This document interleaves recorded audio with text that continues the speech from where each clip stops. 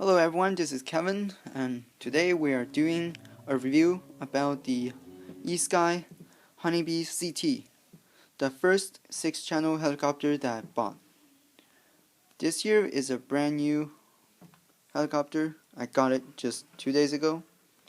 This one here is the first Honeybee CT which I got, and as you can see, it is now useless. But it gives you a view of the inside. Now, starting from the outside, the plastic cover, it is very flimsy. As you can see, every single time I pick up on it, it just feels like it's gonna break. Also, when you're changing batteries, the front cover, it does not want to come off easily. There's 4 rubber nuts here that hold the canopy in place, but when you want to secure them, you have to actually pull or push a plastic nut through from the inside in order to hold it. So I recommend you just take them all off and use tape to hold the canopy in place. It's not gonna affect the flight in any sort of way. Unlike the belt CP, the rotor main blade speed is not high enough that if the canopy flies off in flight and hits the blades, it won't damage it. Now, it is not a belt-driven system like the belt CP V2. It has a separate motor for the tail. So, as all other tail motors systems, it does not have a very good tail locking performance. Now, going to the blades here. These are hard plastic, not carbon fiber. These are hard plastic blades with a little bit of the steel on the tip here, and they don't break easily. So it's guaranteed that they probably won't break in any sort of crashes. The 3-blade flybarless setup is great, but the 3 blades here make blade tracking almost impossible. You cannot tell which blade is flying higher or lower, even with the color scheme. Now, the rotor head here is full metal, so it does not break easily. But the center screw here does intend to come loose after a couple of flights, so make sure you tighten and check all these screws before you start flying. Now, coming to the inside here, I'm going to use the Honeybee CT, first Honeybee CT that I have. As an example, I took off the blades and the tail blades, so the motor here is very good. They don't overheat, nor do they break. So that's a good thing. The frame here, as you can see, I have to use tape and glue to put it all back together because they are so flimsy and they do not survive crashes very well.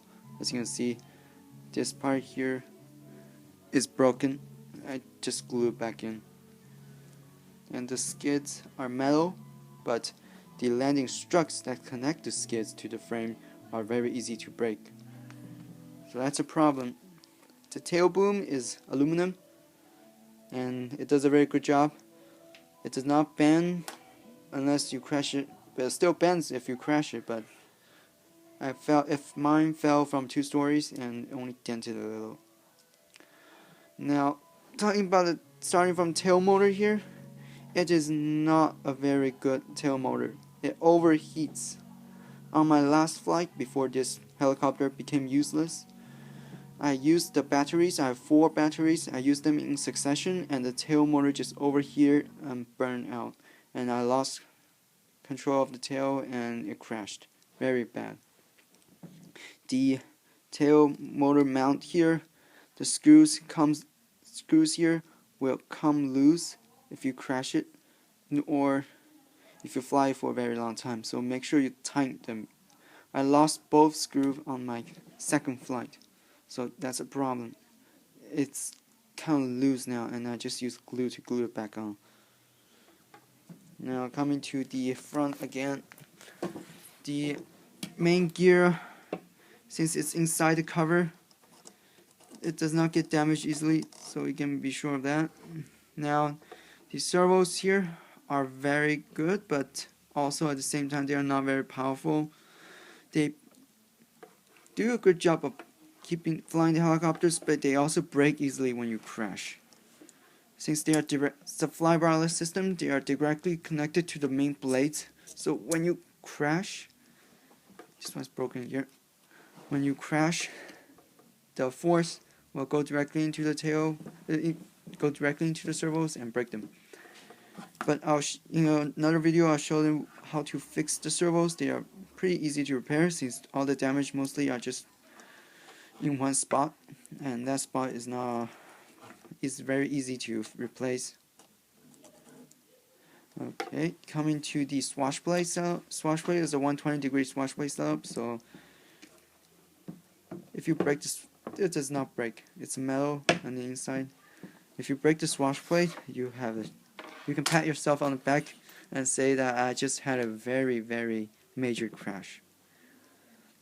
Now coming to the feathering shaft inside these blade holders. Don't worry about them. They have 3 pieces here. They bend. You can just take them out and bend them back, and they work just fine. I personally had to bend this specific feathering shaft twice because when I crashed, and after I bent it back into a straight line and reinstalled it, it worked just fine. Make sure you don't tighten the screw too much because they are supposed to move up and down, be loose, able to move up and down. Now let's talk about one of the major defects we have here is the receiver and the 3-in-1 controller from Esky. The receiver that the Honeybee CT and the Honeybee CPX, which I found out have, are 2.4 gigahertz, so they have a 250 meter range also.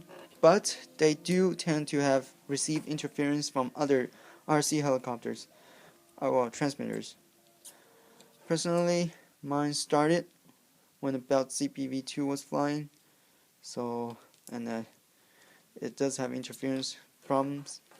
Now coming to the 3-in-1 controller, this is probably the second worst part after the tail motor on this helicopter, because the ESC, the gyro, and the mixer are all inside this, and if you burn out the ESC, you burn out the gyro, you burn out the mixer, so it makes the helicopter just completely useless.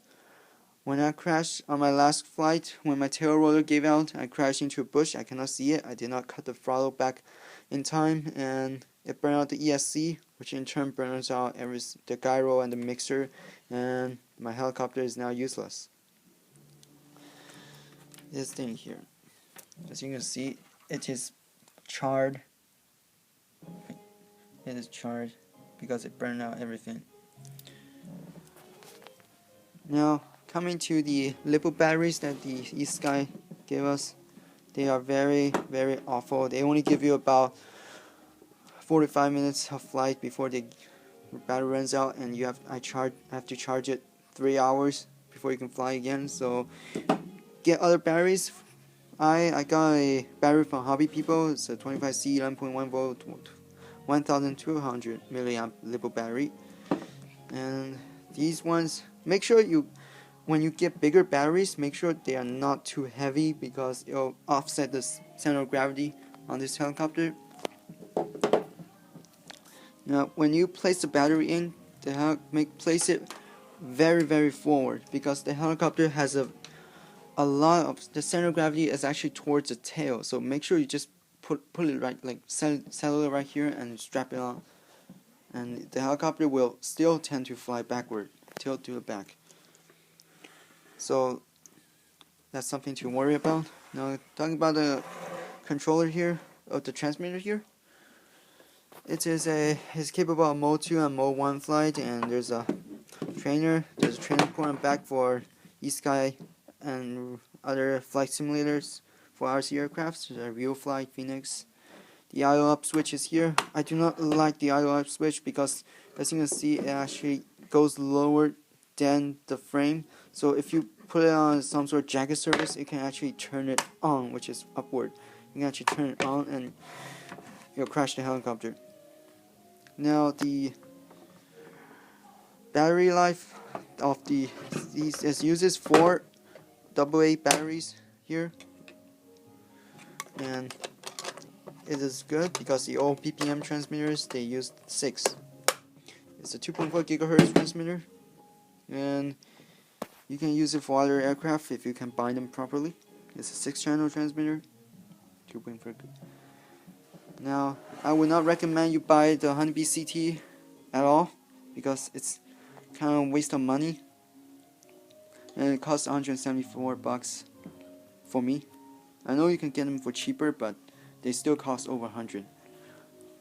Now, this helicopter, even though it says on the cover and the manual that it's a 3D training helicopter, it is not capable of 3D flight at all. Well, because it does not have the power, nor does it have the servo power to actually move the squash plate fast enough for the helicopter to do 3D acrobatics. I did a loop and I barely went out of it. Just barely.